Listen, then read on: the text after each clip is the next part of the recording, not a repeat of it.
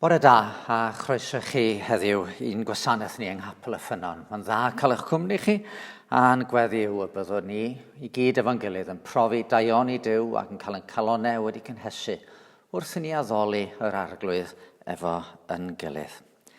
Gadwch i ni wrando ar ychydig eiriau o salm sy'n yn hannog ni i ganmol yr arglwydd. Diolchwch i'r arglwydd. Galwch ar ei enw.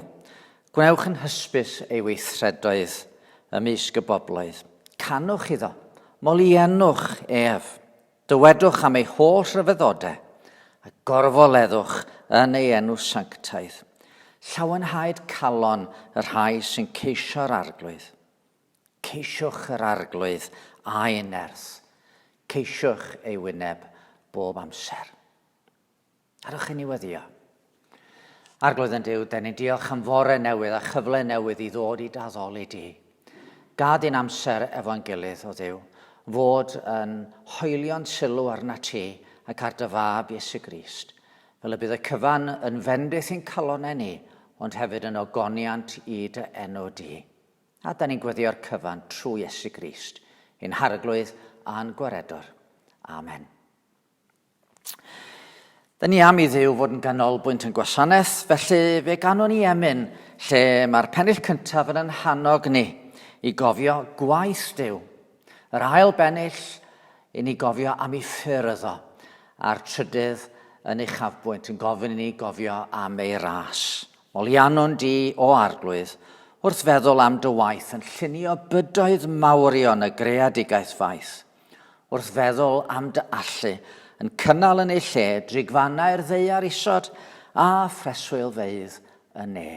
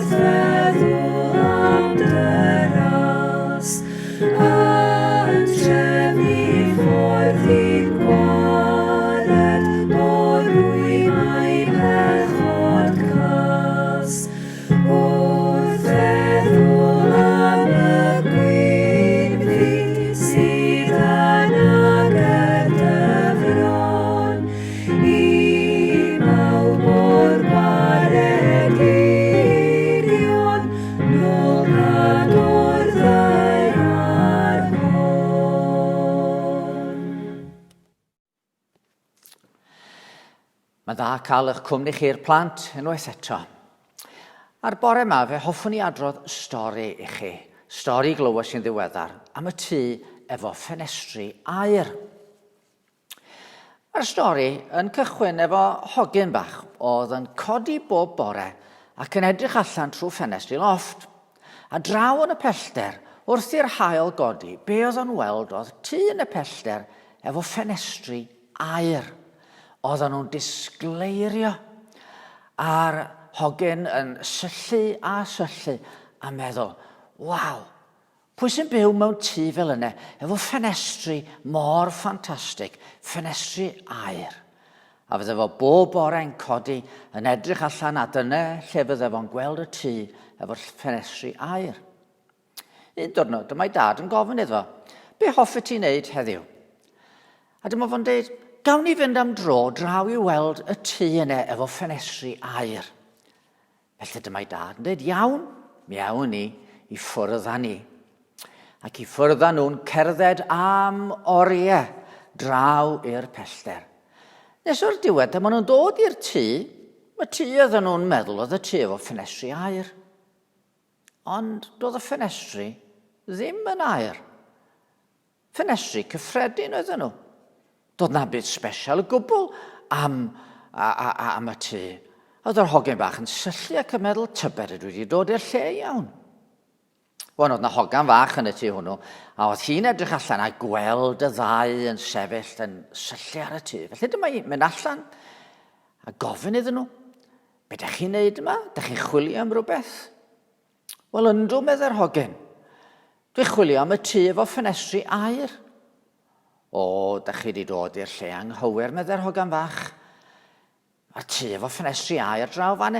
Dowch yma mi nos pan mae'r haul yn machlud a mi welwch chi draw fan yn y pellter a dyma'n pwyntio i'r ffordd oedden nhw wedi dod.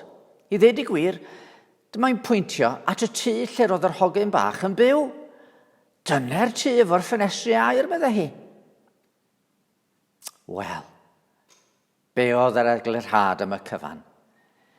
Be oedd yn wir wrth gwrs oedd nad oedd o'r un o'r ddau dŷ efo ffenestri aer. Y gwir ydy yn y bore, oedd yr haul yn codi yn y dwyrain, ac oedd ffenestri tŷ'r hogan yn wynebu'r dwyrain, a wynebu'r haul, a gole'r haul oedd yn gwneud i'r ffenestri edrych fel sy'n nhw wedi cael ei gwneud o aer o bell. Ac yn y nos, wrth i'r haul fynd i lawr, oedd y gole'n disgleirio ar ffenestri tŷ'r hogan. Oedd y ffenestri yna'n edrych tua'r gorllewin, a gole'r haul oedd yn gwneud i'r ffenestri hynny edrych fel sy'n nhw'n aer. Mae hwnna'n ddarlun hyfryd i ni, o'n bywydau ni. Mae'n bywydau ni'n gallu edrych yn ddigon cyffredin. Dim byd sbesial iawn am yn bywyd ni. Ond pan mae Iesu Grist yn taflu i ole arno ni, a da ni'n gallu adlewyrchu golau Iesu Grist, trwy fod fel Iesu'n garedig, trwy ddangos cariad tuag at bobl eraill, a trwy ddangos gymaint da ni'n caru Iesu am iddo fynd i'r groes drosto ni. Yna, bydd yn bywydau ni'n disgleirio, a fydd pobl yn edrych arno ni a meddwl, waw, tydi Iesu yn rhyfeddol bod yn gallu cymeryd pobl gyffredin a plant fel chi a fi, a'n gwneud ni i ddisgleirio fel hyn. Felly, mae'n braf iawn bod ni wedi cael eich cwmni chi bore yma, a dwi'n gobeithio bod chi'n parhau wrando, parhau i feddwl, be mae Iesu Grist eisiau ni wneud mwyn i ni i ddilyn o. Rwan, mae Nia am ddarllen i ni o'r gair. A da ni'n mynd i clywed bore yma am ddau berson gwahanol yn dod i gyfarfod yr arglwydd Iesu Grist. Un yn ddyn ifanc, yn arall chydig bach yn hyn. Y ddau ohonyn nhw'n gyfoethog, ond y ddau ohonyn nhw yn ymateb chydig bach yn wahanol i'r arglwydd. Daw'r darlleniad cyntaf allan o Efengyl Lug, pennod 19, adnodau 1 i 10. Iesu a Sacheis. Yr oedd wedi dod i mewn i Jericho ac yn mynd trwy'r dref. Dyma ddyn o'r enw Sacheis, un oedd yn brif gasglwr trethu ac yn ŵr cyfoethog, yn ceisio gweld pryn oedd Iesu. Ond yr oedd yno ormod y dyrfa ac yntau'n ddyn byr. Rhedodd ymlaen a dringo sycamarwydden mwyn gweld Iesu, oherwydd yr oedd ar fynd heibio y ffordd yno. Pan ddaeth Iesu at y fan, edrychodd i fyny a dweud wrtho, Sacheis, ti di lawr ar deinion, y mae'n rhaid i mi aros yn dy dŷ di heddiw. Daeth ef i lawr ar ei union a'i groesawu yn llawen. Pan welsant hyn, dechreuodd pawb rwgnach ymhlith i gilydd gan ddweud, y mae wedi mynd i letsi a dyn pechadurus. Ond safodd Saccheus yno, ac meddai wrth yr arglwydd, dymaf hanner feidd o syr yn rhodd i'r tlodion. Os mynais arian ar gam gan neb, fe talaf yn ôl bedai'r gwaith. Heddiw, meddai Iesu wrtho, daeth iachawdwriaeth i'r tŷ hwn, oherwydd mab i Abram yw'r gŵr hwn yntai. Daeth mab y dyn i geisio ac i gadw y colledig. Daw'r ail ddarlleniad allan o Efengyl Marc, pennod 10, adnodau 17 i 23. Wrth iddo fynd i'w daith, rhedodd rhyw ddyn ato a ffynlunio ei flaen a gofyn iddo. Athro da, beth aw na fi etifeddu bywyd tragweddol? A dywedodd Iesu wrtho, pam yr wyt yn fy ngalw yn dda? Nid oes neb da ond un, sef Duw. Gwyddos y gorchmynion, na ladd, na ordineba, na ladratsa, na chamdystiolaetha, na chamgolleda, anrhydedda dy dad ath fam. Meddai ynta wrtho, athro, rwy wedi cadw rhain i gyd o'm hiengtid. Edrychodd Iesu arno, ac fe'i hoffodd. A dwedodd wrtho, un peth sy'n eisiau ynot. Dos, gwerth y cwbl sy'n gennyt a dyro i'r tlodion, a chei drysor yn y nef, a thyrd canlyn fi. Cymylodd i wedd ar y gair, ac aeth ymaith yn drist, oherwydd yr oedd yn berchen meddiannau lawer. Edrychodd Iesu ei gwmpas, ac meddai wrth i ddisgyblion.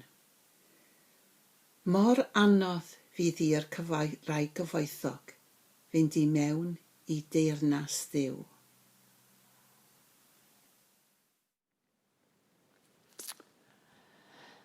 Beth ydy trysor eich calon chi? Mi ganon ni rwan am y trysor sydd angen i ni gael gafel arno fo. Yr un trysor sydd i'w chlaw bob trysor arall. Popeth gwerthfawr fi yn fy mywyd i, popeth mae y byd yn brwydro i'w gael, pethau'n elw fi, nawr yn golled sydd, gwastraff yw i gyd ers ennill Crist. Dy gael di Iesu gyda mi yw'r trysor gorau sydd. Ti yw'm nod, ti yw'm rhan, fy llawenydd i am can ac feth garaf mwy.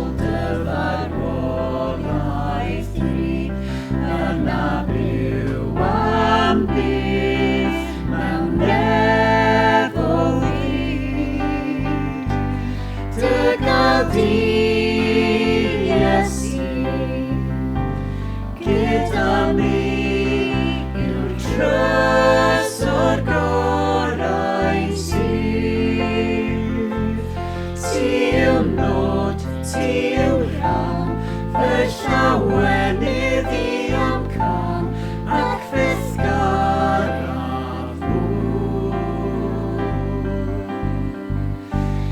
dy gadi Iesu gyda mi yw'r dras o'r gorau sydd ti yw nod, ti yw rhan fy awynydd i amcan ac ffysgaraf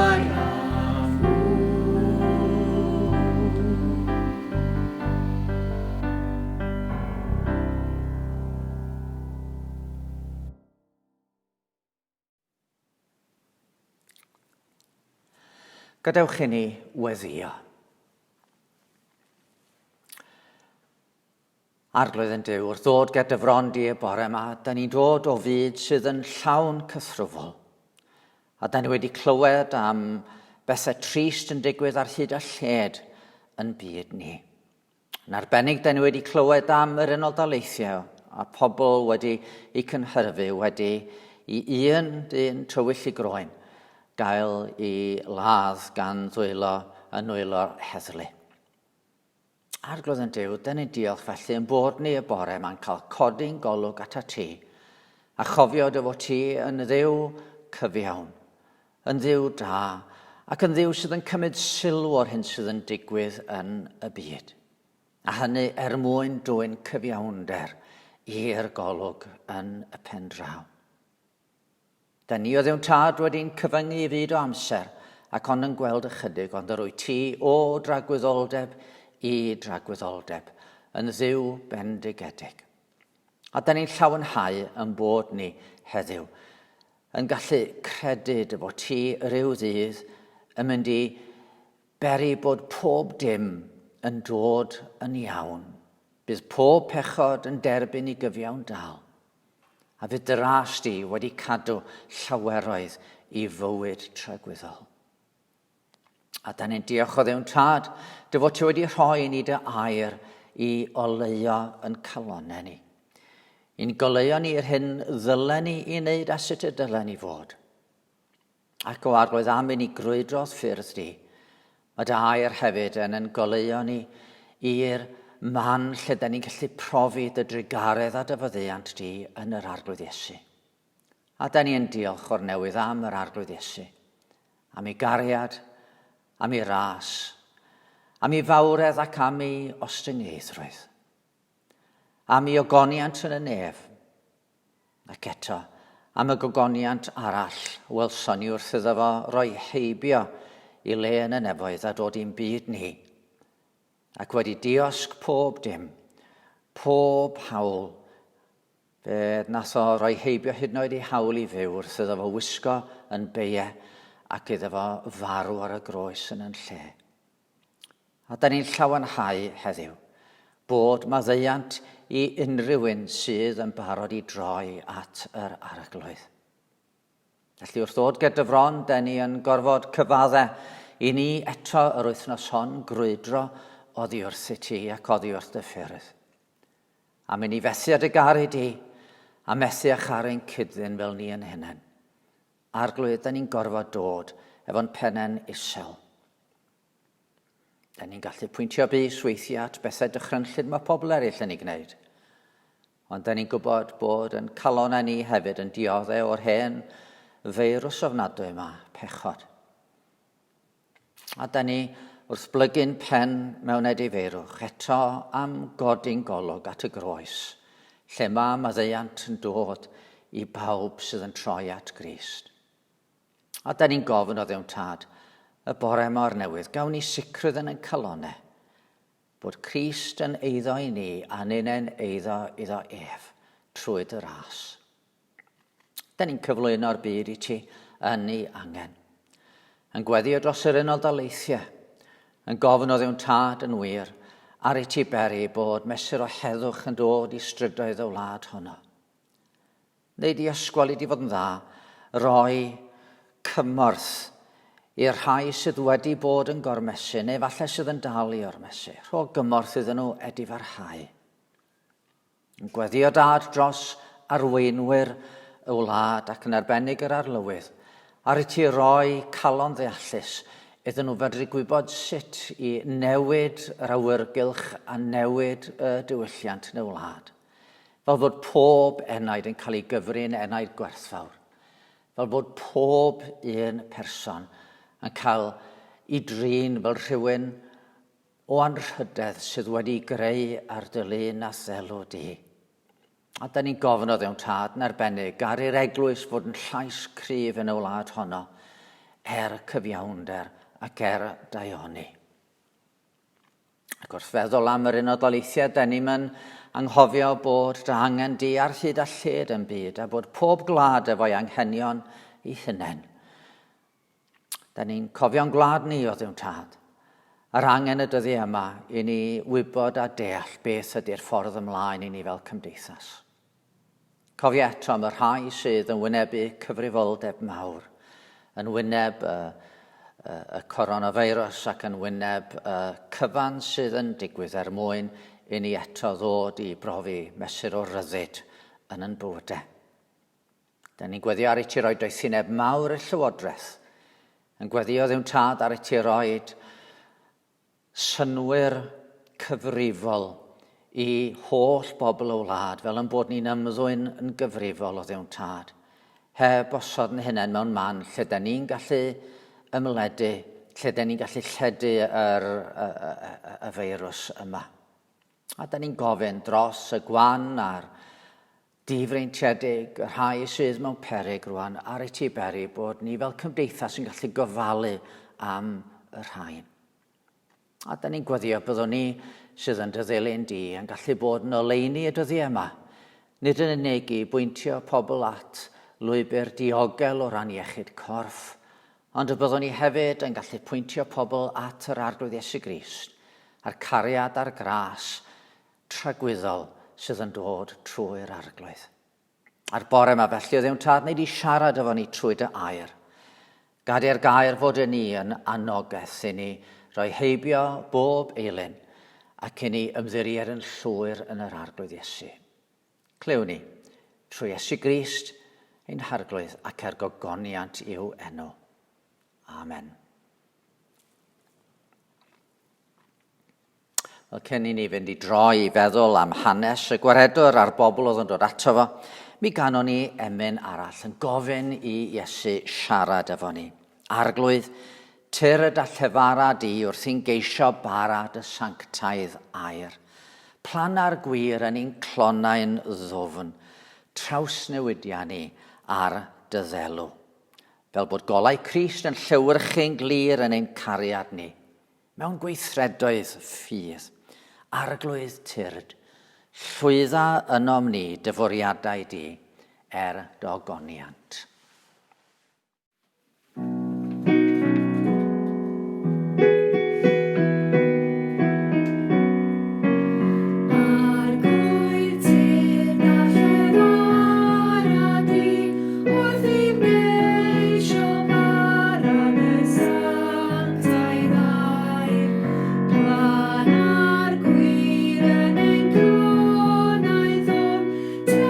Newyddion ni ar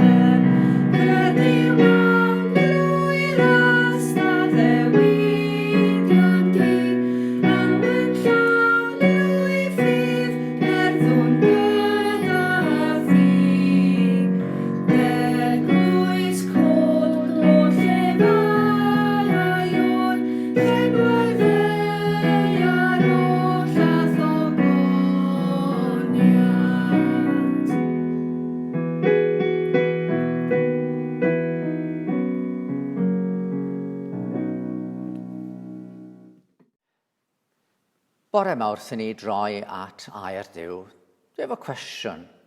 Ydych chi wedi meddwl erioed faint o bobl sydd yn y byd? Mae'n anodd meddwl yn dydy am yr holl wahanol bobl. Mae yna fwy na miliynau, mae yna biliynau o bobl yn y byd. A pob un ohono ni'n wahanol. Mae yna wahaniaeth mewn golwg, mewn lliw croen, lliw gwallt, lliw llygaid. Mae yna rai'n dalach, mae rai fyrach, mae rai efo llais uchel, mae rai efo llais isel. Ac chi efallai gael efeilliad sy'n edrych yr un peth.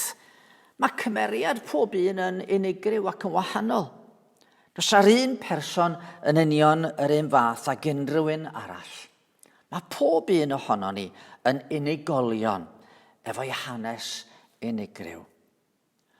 Ond pan da ni'n edrych ar Iesu, da ni'n gweld I fod o'n estyn allan tuag at bawb, pwy bynnag ydyn nhw, mewn cariad. Hyd yn oed pan mae yn deud pethau anodd i'w clywed, ceisio ennill pobl mae o, a'i cael nhw I droi yn ôl at I dad sydd yn y nef. A'r hyn sy'n anusgwyl efallai ydy ymateb gwahanol bobl. Dych chi'n cael rhai, a dych chi'n siŵr, wel, dyma chi bobl bydd yn gwrando ar Iesu. Ond maen nhw'n gwrthod y cariad rhyfeddol maen ni gynnig iddyn nhw. Yna maen eraill, a dych chi'n tybio, wel, maen nhw'n lost causes o'r dechrau. Ond maen nhw'n dod yn llawen yn ddilynwyr y gwaredwr. A heddiw fe hoffwn ni dynnu eich sylw chi at y ddau gymeriad gwahanol yma oedd nia yn darllen I hanes nhw. Un ydy ryw ddyn cymarol ifanc, digon parchus, a da ni'n gwybod beth oedd I enw fo. Mae'r hanes I gael yn Efengil Marc ar 10 bennod. Mae'r llall dipyn yn hyn, ond yn sicr doedd o ddim yn un o bobl barchus y dre. Saceis, y casglwr trethi, y publican, fel oedd cyfeithiad William Morgan yn ei osod o. Un oedd yn aelod o gymdeithas ddigon amharchus, fydol, anonest, oedd wedi gwerthu henaid mwyn gwneud arian. Mae hanes hwnnw ar gael yn Efengil Luc, pennod 19. A mi nath yr arglwydd Iesu estyn at y ddau mewn cariad a thrigaredd. Be allwn ni ddeud amdanyn nhw? Wel, mi oedd y ddau ohonyn nhw yn bobl gyfoethog. Cymrwch chi sacheis I ddechrau. Dyma chi un oedd wedi ennill I ffortiwn I hunan. Oedd ymerodraeth Rhufain yn wych am drefnu pethau. Oedden nhw'n trefnu ffyrdd syth I deithio un man i'r llall. Oedden nhw wedi trefnu'r fyddin mewn ffordd arbennig fel bod dim un o'r gwrthwynebwyr wedi gallu concro'r fyddin. A oedden nhw wedi concro'r byd a oedden rhaid I bawb dalu trethi iddyn nhw. A mi fydden nhw'n gosod y gwaith o godi'r trethi yma I bwy bynnag bydden addo rhoi mwyaf o bres iddyn nhw'n y bôn. A doedden nhw'n poeni gormod sut oedd yr arian yn cael I gasglu, cybelled y bod nhw'n derbyn be oedden nhw eisiau. A mi fedre y casglwyr trethi felly godi be fynnen nhw ar y bobl. A oedden nhw'n enwog am wneud yn siŵr, wel os oedd Rhufain yn mynd I gael pres, bod nhw hefyd yn mynd I gael I siar I hynna'n I leinio I pocedi hynna'n. Dyma chi rai oedd wedi gwerthu heneidiau i'r gormeswyr mwyn gwneud elw. Oedden nhw'n enwog am ormesur tlawd ar y di amddiffyn. A dyma Saceis yn un o'r prif ddynion yn I plith. Gallen ni ddychmygu fod o falle yn un o arweinwyr y maffia lleol. A pobl yn ei ddirmygu o. Rhyw gyfuniad o Harry Wormwood, chi'n bod, Tad Matilda yn y ffilm am y ferch fach honno. Mi gafodd ei bortreu gan Danny DeVito. Cyfuniad o hwnnw a Shylock yn rama Shakespeare. Doedd o'm yn gymeriad neis o gwbl. A wedyn, oedd gynnwch chi'r gŵr ifanc cyfoethog yma oedd wedi dod I weld Iesu.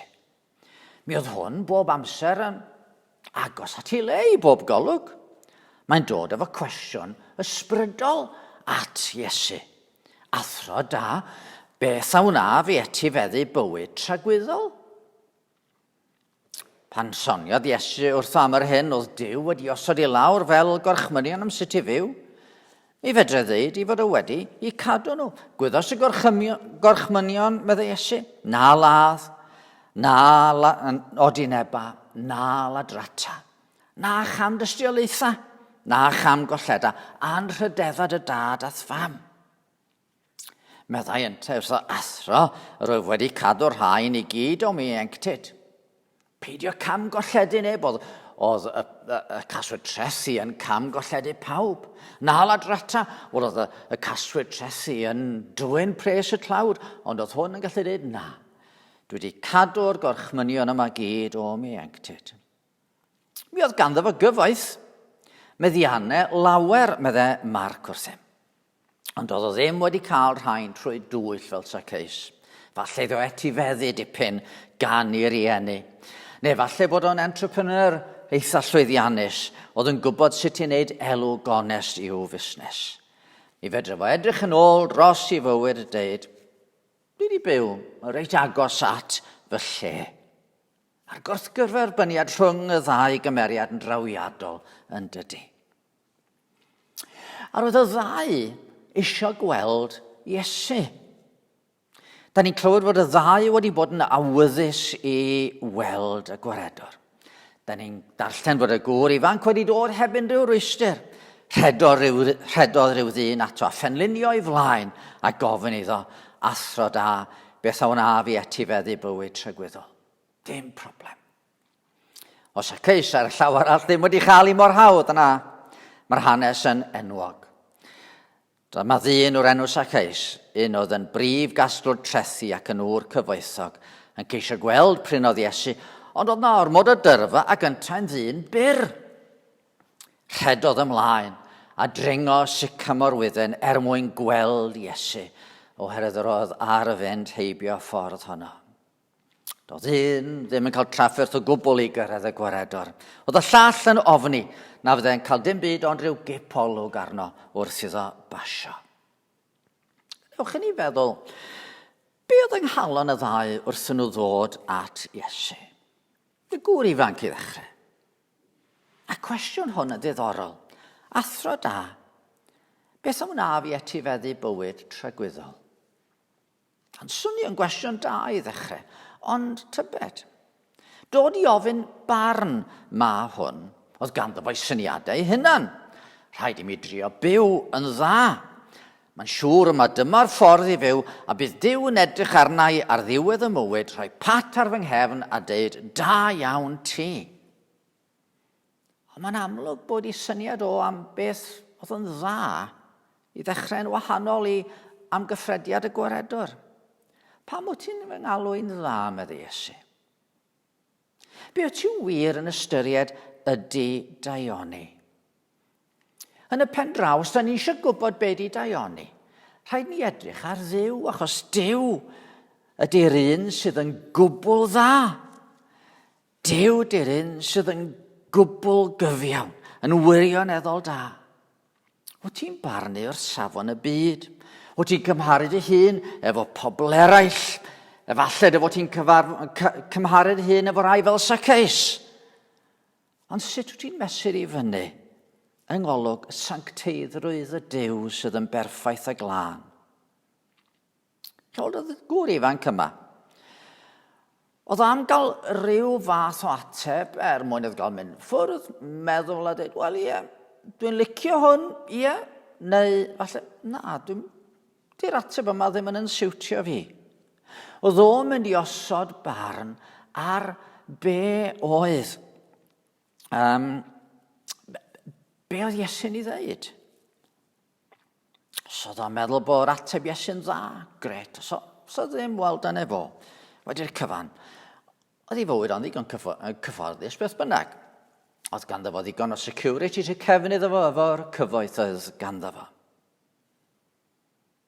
Tybed pa sawl dosbarth ysgol Sul sydd wedi bod yn trafod geiriau Iesu yn y ffordd yma. Meddwl, ydyn ni licio be mae'n dweud fan yma, neu ydyn ni ddim. Dyna rai gwych wrth gwrs am esbonio pethau I ffwrdd. I esbonio nhw mewn ffyrdd sy'n mynd i'n siwtio ni. Ond nid ni sydd fod barn neu geiriau Iesu Grist. Geiriau Crist sydd fod yn chwilio ac yn holi ni. Be sydd yn yn calonau ni. Mi oedd Zacchaeus ar y llaw arall yn dod heb feddwl fod gan Iesu unrhyw beth I ddeud wrtho fo. Fod ganddo fo hiraeth efallai am gael ei dderbyn, oedd o'n meddwl, wel, oedd Iesu'n siŵr o'i wrthod o. Oedd o di arfer cael ei wrthod ei ddirmygu gan bobl eraill. Doedd ddim yn beth anghyffredin I blant gael ei rhieni'n deithio nhw pan oedd o'n pasio ar ochr y stryd, pyr arno fo. Oedd o'n tybiad byddai gan Iesu amser iddo fo o bawb.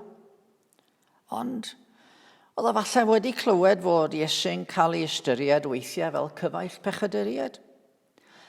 Falle bod wedi clywed bod un o'i broffesiwn o'i hunan, Mathew, wedi dod yn un o brif ddilynwyr a un o ddisgyblion Iesu hyn. Beth oedd yn gwneud y dyn yma mor sbesial? Os Zacchaeus yn gwybod nad oedd arian wedi rhoi bodlonrwydd iddo, oedd gan y dyn yma rhywbeth dyfnach i'w ddeud fydde'n help iddo fo I ddod o hyd I hapusrwydd a bodlonrwydd yn ei fywyd. Sut mae arnoch chi bore yma? Ydych chi efo'r hapusrwydd a'r bodlonrwydd yna sydd yn mynd I fod yn ddigon beth bynnag y ddaw? Wel, da ni'n gweld be nath Iesu efo'r ddau ohonyn nhw. Dyma Iesu yn galw'r ddau I droi oddi wrth I heilunod. I droi oddi wrth y pethau roedden nhw'n meddwl oedd yn mynd I wneud I bywyd nhw yn gyflawn ac yn ddedwydd. Pan da ni'n troi at hanes y ddau, da ni'n clywed fod Iesu wedi ceisio daioni i'r ddau. Da ni'n darllen am y dyn ifanc, edrychodd Iesu arno ac fe'i hoffodd. Dwi'n mynd siŵr os di'r gair hoffodd yn ddigon cryf. Agapao, y ferf o'r gair agape, ydy'r hyn sydd yn y gwreiddiol, a da ni'n gwybod mae ystyr agape ydy cariad. Mae'r cyfieithiadau Saesneg bron I gyd yn cyfieithu hwn fel fe'i carodd. Edrychodd Iesu ar y dyn ac fe'i carodd. Oedd Iesu isio daioni iddo fo. Ar un modd efo Zacchaeus. Da ni'n darllen am Iesu'n cyrraedd y sicr morwydden lle roedd Zacchaeus yn cuddio, a da ni'n clywed pan ddoth Iesu at y fan, edrychodd I fyny a deud wrtho, Zacchaeus, tyr di lawr ar dy union, mae rhaid I mi aros yn dy di heddiw. Ond oedd hwnna'n dipyn o turn up in the books, i'r casglo trethu, oedd o di arfer efo athrawon y gyfraith yn ei ddirmygu ond llwyr. Oedd pobl yn ei gysau ac yn sicr oedd pobl barchus y synagog ddim yn mynd I fentro I mewn I di hwn. Doedden nhw'n mynd I gael bwyd efo hwn. A ydych chi'n gweld ymateb o bobl. Pan welsant hyn, dechreuodd pawb rwgnach ymhlith I gilydd gan ddweud, y mae wedi mynd I mewn I letiad ddyn pechadurus. Ond pan edrychodd Zacchaeus I lawr o'r goeden mewn syndod, oedd glywed ei enw'n cael ei alw.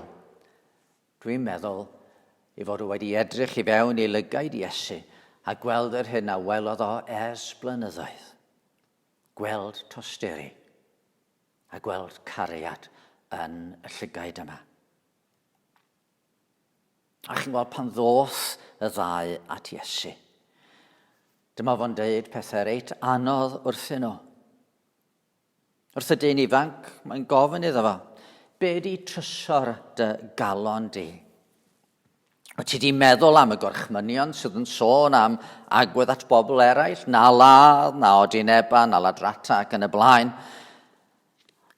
Ond yn y deg gorchymyn, mae'n orchmynion eraill sydd yn dod cyn hynny.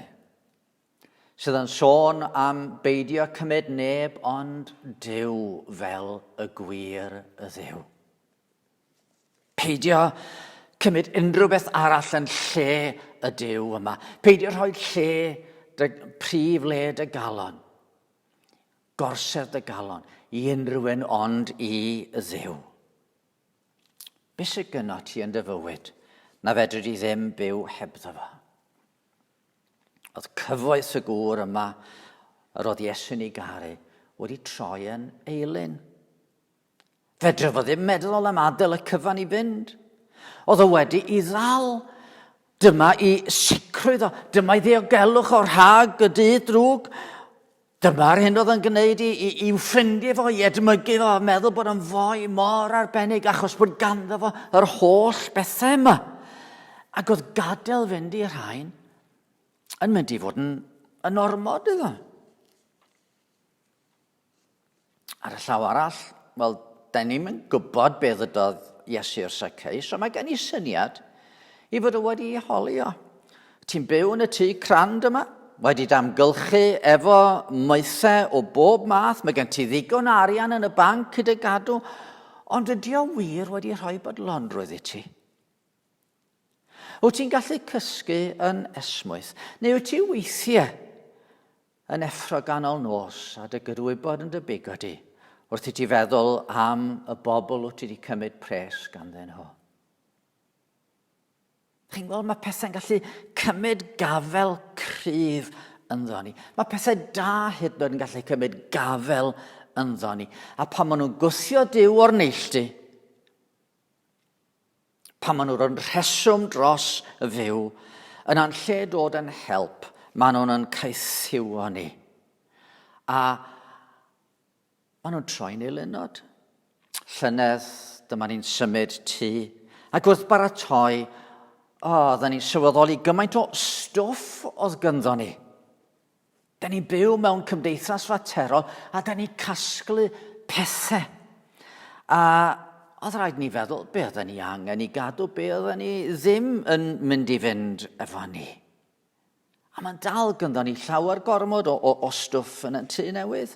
A rhyw ddydd bydd rhaid ni adael y cyfan ar ôl. Ac wrth gwrs, nid dim ond pethau a garian sy'n gallu dod yn eilynod. Mae statws mewn cymdeithas, swydd, anrhydedd, hyd yn oed teulu, plant yn gallu troi yn eilynod i ni. Dyna pam ddydodd Iesu, nid yw'r sawl sy'n caru tad neu fam yn fwy na my fi yn deilwng ohono fi. Ac nid yw'r sawl sy'n caru mab neu ferch yn fwy na my fi yn deilwng ohono fi.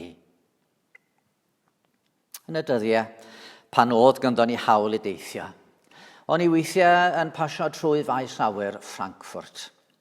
Ac yn nghanol y siopau ac yn y blaen yn y terminal yna, mae na fel stafelloedd bob rwag yn y man. Stafelloedd, a mae'r waliau i gyd yn wydyr a ydych chi'n gweld i fewn iddyn nhw. A beth sydd yno ydy pobl heb unrhyw wen ar ei wynebau yn sefyll, achos does dim lle eistedd, maen nhw'n sefyll mwyn cael ysmygu. Rywsut mae'r pleser o ysmygu sigaret wedi troi yn gaethiwed a gan, a da ni'n cael ysmygu mewn mannau cyhoeddus. Felly oedd rhain wedi cael ei gosod a'r bobl yma yn gorfod mynd fewn i'r lle yma ac yn edrych fel anifeiliaid wedi dal mewn cawell. Achos yr un peth yma oedd yn bleser wedi troi'n gaethiwed. Mi oes y ceis wedi dod i'r fan, lle oedd yn gallu gadael fynd ar ei eilyn. Safodd Saceus yno ac meddai wrth yr arglwydd, dyma hanner fy eiddo syr yn rhodd i'r clodion, ac os mynais arian ar gam gan neb ei talaf yn ôl 4 gwaith. Doedd bod yn gyfoethog ddim yn ddrwg ynddo fo'i hunan, ond os oedd ei gyfoeth wedi dod yn eilyn, yna oedd rhaid newid, a dyma Saceus yn cael ei newid ac yn gadael fynd ac yn profi ryw ryddid mawr. Ar y llaw arall oedd ymateb y gŵr ifanc yn byr wahanol.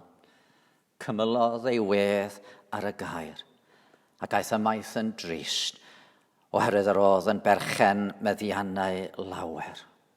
Fedra i'm gwneud heb hwn. Fedra i ddim rhoi hwn i fyny oedd yr hyn oedd o'n i ddeud. Ac am nad oedd o'n gallu rhoi y cyfan i fyny, oedd o'n colli y cyfle i brofi cariad a gras a thrigaredd yr arglwydd Iesu Grist. Pan mae Iesu'n dod i mewn i'n bywyd ni, mae gariad o'n rhyfeddol.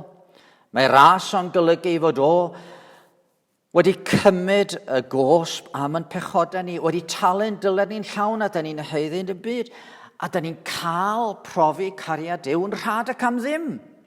Da ni'n mynd gorfod gweithio, da ni'n mynd gorfod gwneud rhywbeth, ond ymddiried. Ond, nad yw'n costio dim byd i ni dderbyn cariad Duw, mae Crist yn gorfod dod fewn i'n bywydau ni fel arglwydd, fel brenin. Ganddo fo mae'r hawl cyntaf arno ni, a'r holl bethau sy'n annwyl i ni. A tydi rhoi heibio y pethau yna a chymryd Crist yn gyntaf, di o ddim yn beth hawdd bob amser.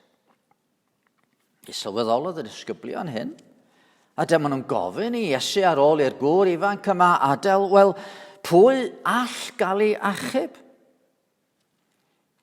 Edrychodd Iesu arny'n rhydwedodd. Gyda dynion yma'n amhosibl, ond nid gyda Duw. Mae pob peth yn bosibl gyda Duw. Mae Duw'n gallu dod i mewn i'n calonau ni a trwy ysbryd glân yn gweithio yn calonau ni. Mae'n gallu peri bod ni yn i ddewis o yn gyntaf.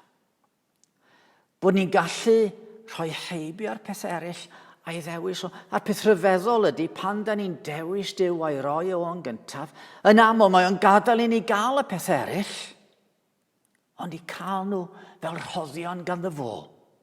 Fod i'r trysor, fod i'r hael sy'n disgleirio ar ngwynebau ni. Be sy'n yn dal ni nôl tybed rhag rhoi'n hyn yn llwyr i'r arglwydd Iesu? Mi roddodd bopeth mwyn ni trwy roi fywyd ar y groes i gymryd ymaith yn pechod a'n cymodi ni a Duw. Fel bore yma, da ni'n gallu gofyn i Dduw gymryd yn calonau ni a'i troi oddi wrth y pethau sy'n yn caethiwa. Chi'n ofn i'r gost? Peidiwch. Peidiwch ofn i'r gost. Da chi'n ofni bod yn gaeth i Iesu. Mae caethiwed i Iesu yn wir ryddid. Mae'n wir ryddid. A da ni'n gweld yn hanes y ddau yma, Saceus, yr un oedd yn no hoper i bob golwg. A'r gŵr ifanc o Lydag, oedd i bob golwg mor agos at Iesu. Ond un mewn man lle oedd yn gallu derbyn cariad a gras a thrigaredd. A'r llall yn gorfod mynd i ffwrdd yn drist gan ddeud, na, mae'n ormod, mae'n gofyn gormod. Gadwch i ni ganu emyn, sy'n adleisio gwahoddiad y gwaredwr i droi ato fo. Dewch, hen ac ieuanc, dewch at Iesu, mae'n llawn bryd, rhyfedd amynedd Duw ddisgwyliodd wrthym cyd. Aeth yn brynhawn, mae yn hwyrhau, mae drws trigaredd heb ei gau.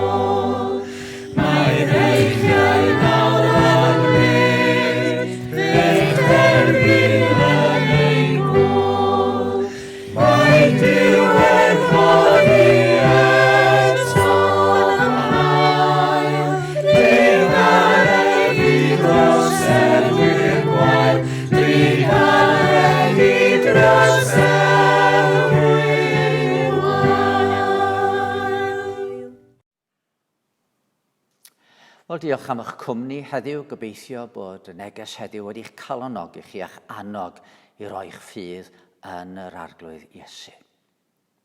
Os ydych chi â diddordeb, os ydych chi'n mynd siŵr o'ch perthynas o Iesu Grist ac â diddordeb mewn gwybod mwy, wel, da ni'n mynd i redeg cwrs cyn bo hir ar y we.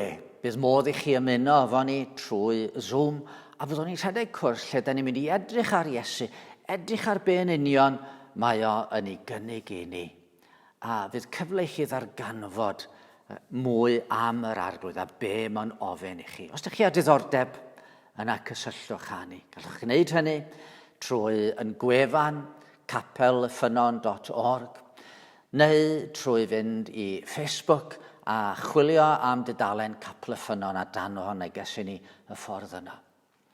Hefyd, mi fedrwch chi weld cysylltiadau yn y fan honno i gwasanaethau eraill ni, a hefyd gair o'r gell, rhyw fyfyrdod sydd yn cael ei osod i fyny gennau ar YouTube. 5 diwrnod o'r wythnos, gair o'r gell, rhyw 10 munud, 5 i 10 munud o fyfyrdod bach i'n helpu ni i feddwl am fywyd ac am Dduw. Wel, gadwch chi'n ei roi'n hynny yng ngofal yn harglwydd. O Dduw'n Tad, da ni'n diolch dy fod ti wedi'n creu ni a dy fod ti wedi rhoi popeth da i ni. Da ni'n diolch yn bod ni yn dy ddwylo di. Maddau ni o Dduw'n Tad yn bod ni yn aml yn cyfri pethau yn fwy pwysig na ti. A dy roi ni'r gras o sgwelyd i fod yn dda, i dy roi di yn gyntaf, i gymeryd Iesu fel y trysor mwyaf erioed. Ac wrth ni a fel yn y gwaredwr, fel y gwir drysor. Gad ni hefyd sylweddoli yn bod ni yn gallu cymeryd Iesu fel arglwydd da, fydd yn harwain ni trwy bob dim, yn harwain ni yn y pen draw, i'n cartre diogel efo ti. A bod i ras yn harglwydd Iesu Grist ac i gariad Duw ein Tad ac i gymdeithas yr ysbryd glân, aros gyda ni oll o'r awr hon hyd byth.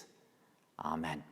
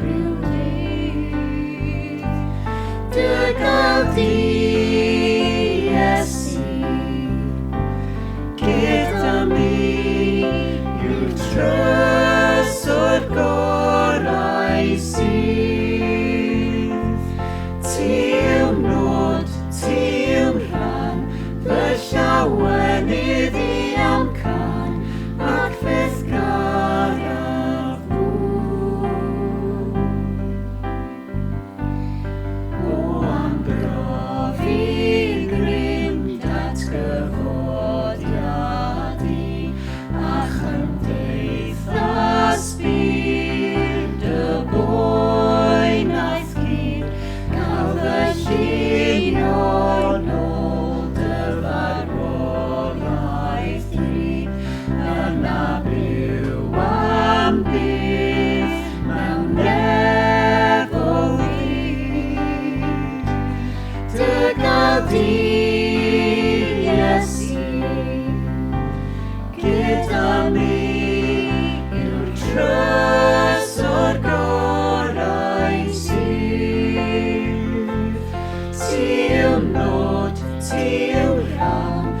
fy siawenydd i amcan ac ffisgar ar ddŵr.